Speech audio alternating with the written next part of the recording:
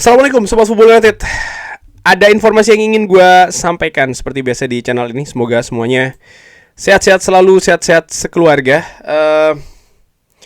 Informasi apa? Yaitu adalah dari berbagai sumber ini ya.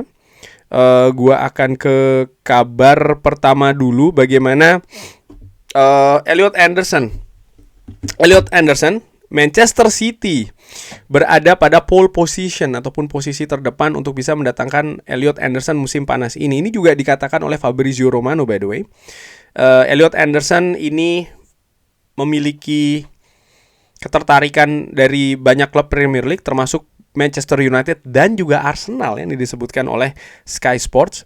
Tapi sumber menyebutkan dia semakin berkembang nih kemungkinannya untuk bisa ke Etihad. Manchester City melihatnya sebagai pemain yang ideal dan ini juga ada potensi dari pergantian pemain-pemain lini tengah seperti kayak kepergian dari Bernardo Silva, ketidakjelasan dari Kovacic dan juga Gonzalez, dan mereka juga mengagumi perkembangan dari Elliot Anderson. Dan dia dinilai juga merupakan sosok yang bisa menggantikan atau bahkan melengkapi melengkapi Rodri. Kesepakatan sendiri diperkirakan akan terjadi bisa jadi sebelum ataupun juga setelah Piala Dunia musim panas, di mana Elliot Anderson ini diperkirakan akan memiliki peran yang penting di tim nasional Inggris. Jadi kesepakatan bisa terjadi sebelum Piala Dunia ataupun setelah Piala Dunia ya. Tentu saja memang ada dua kemungkinan itu saja. Jadi ini kabar yang agak aneh juga dari Sky Sport. Tapi lagi-lagi ya memang disampaikan peluang dari Elliot Anderson ini tidak cukup besar ke Manchester United. Artinya walaupun ada banyak pihak termasuk juga gue melihat bahwa Elliot Anderson ini ideal untuk Manchester United, ideal untuk lini tengah Manchester United. Tapi fakta bahwa peluangnya tidak cukup besar. Ini juga harus diperhatikan karena Manchester United tidak mungkin sekali lagi tidak merekrut pemain baru untuk lini tengahnya. Bahkan pemain yang memiliki kualitas bagus. Proyeksinya adalah menggantikan posisi dari Casemiro untuk musim depan. Siapa ini? Masih belum jelas. Manchester United dikaitkan dengan banyak nama.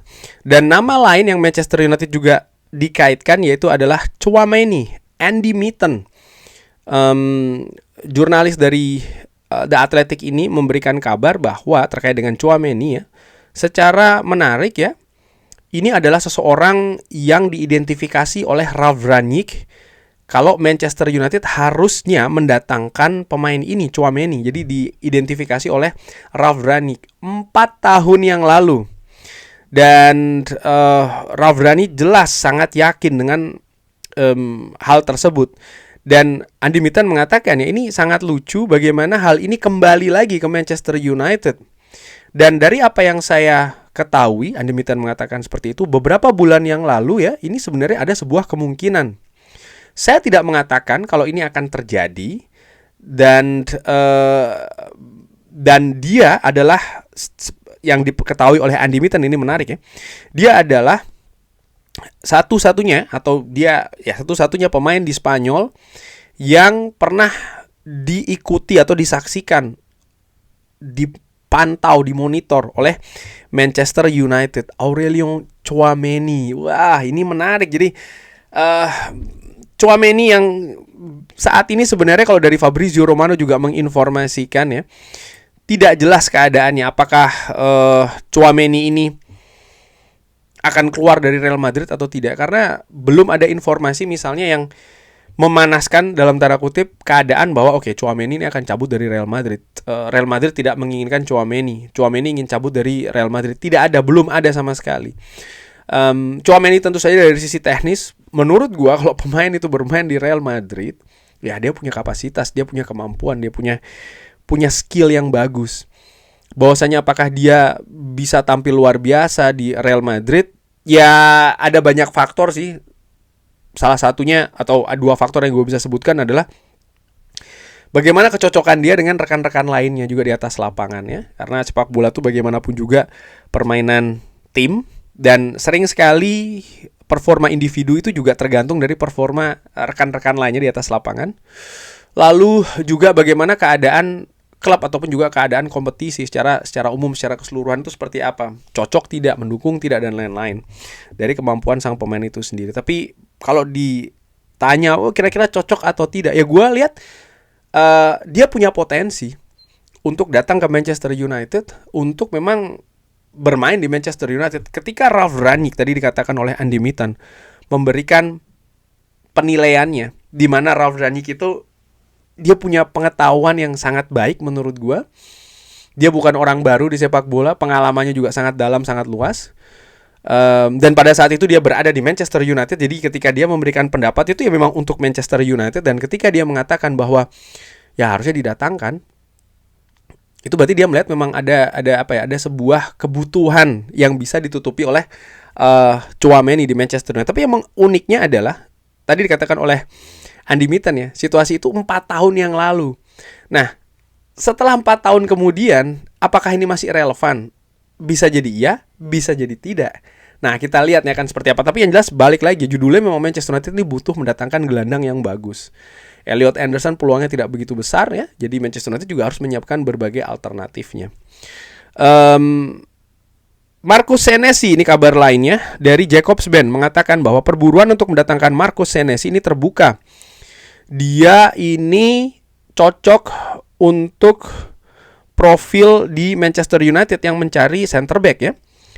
Dia ada kemungkinan dia tidak bergabung dengan Tottenham Hotspur kalau mereka terdegradasi. Ya tentu saja sih menurut gue. Walaupun saat ini Tottenham Hotspur dikabarkan menjadi tim yang terdepan nih peluangnya untuk mendatangkan Marcus Senesi. Tapi pertanyaan selanjutnya adalah oke, dia datang ke Manchester United tapi sebagai apa? Karena saat ini Manchester United punya berapa center back?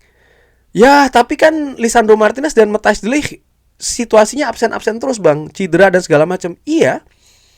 Tapi ketika mereka cedera, oke, ada kesempatan bermain. Tapi ketika mereka tidak cedera, siapa yang akan duduk di bangku cadangan? Terlalu padat banget menurut gua kalau Marcus Senesi datang. Ini lain ceritanya kalau Manchester United melepas salah satu center back-nya. Tapi kan justru sebaliknya, Manchester United bukannya melepas center back-nya, Manchester United justru memperpanjang salah satu center back-nya. Harry Maguire ya kan kontraknya maksud gua. Dan ini menunjukkan bahwa ya Manchester United tidak mencari center back sih, menurut gua secara ringan amatiran. Mungkin Manchester United mencari back kiri, wing back, itu lebih make sense menurut gua. Kalaupun Manchester United mencari center back, mungkin bukan musim panas kali ini sih menurut gua. Mungkin musim dingin atau musim panas tahun depan. Dan ya, apakah Marcus Senesi mau ke tim yang degradasi? Kalau misal Tottenham Hotspur tergelincir ke Championship, I don't think so. Gua pikir tidak demikian. Dan kabar terakhir ini ya, dari Sport Witness, Paris FC dikabarkan ini menunjukkan ketertarikan untuk mendatangkan Mason Greenwood musim panas ini. Yang ini akan mendatangkan pemasukan dari sisi finansial yang signifikan untuk Manchester United karena memiliki kesepakatan sell on clause.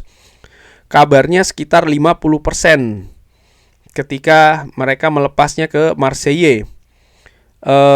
Dan disebutkan ya penampilan bagus dari Greenwood ini membuat Paris FC mempersiapkan uang yang banyak, bahkan juga bonus yang banyak ya, untuk mendatangkan Greenwood. Walaupun Marseille dikabarkan juga akan meminta angka yang tinggi untuk Mason Greenwood sebelum dipertimbangkan akan dijual. Dan apakah misalnya Manchester United mungkin untuk mendatangkan Mason Greenwood, kan selalu di situ juga pertanyaannya. Menurut gua enggak sih. Sering gua katakan ya, ada resiko yang cukup besar bagi Manchester United kalau mendatangkan Mason Greenwood lagi. Dan salah satu indikatornya adalah apakah Mason Greenwood masuk ke tim nasional Inggris. Penampilannya bagus loh, tapi bagaimana Thomas Tuchel? Selama tim nasional Inggris belum melirik atau bahkan mengambil keputusan misalnya untuk bahkan memanggil Mason Greenwood ya, Manchester United nampaknya juga tidak akan ambil resiko untuk menarik Mason Greenwood sih menurut gue, dengan resiko yang besar misalnya dari media, dari dressing room.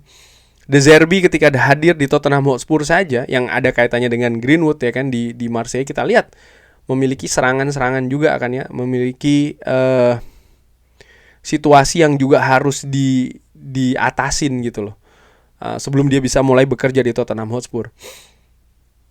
Bagaimana dengan Manchester United? Kalau mendatangkan sang pemain sendiri, ini menurut gue juga merupakan hal yang mungkin dianalisa ataupun dikalkulasi sehingga keputusannya ataupun juga kesimpulan saat ini tidak akan mengambil Mason Greenwood. Dan gue pikir juga Mason Greenwood kayaknya lebih enjoy juga ya dia untuk berkarir di luar sepak bola Inggris. Tapi situasi yang positif adalah yaitu tadi 50% sell on close, artinya berapapun penjualan dari Mason Greenwood, semakin besar angkanya, semakin besar juga pemasukan yang akan didapat oleh Manchester United. Kurang lebih seperti itu. Bagaimana menurut Sobat Football United? Seperti biasa silahkan drop di kolom komen. Terima kasih sudah menyaksikan. Jangan lupa like, sholat, dan juga subscribe. Wassalamualaikum warahmatullahi wabarakatuh. Thank you.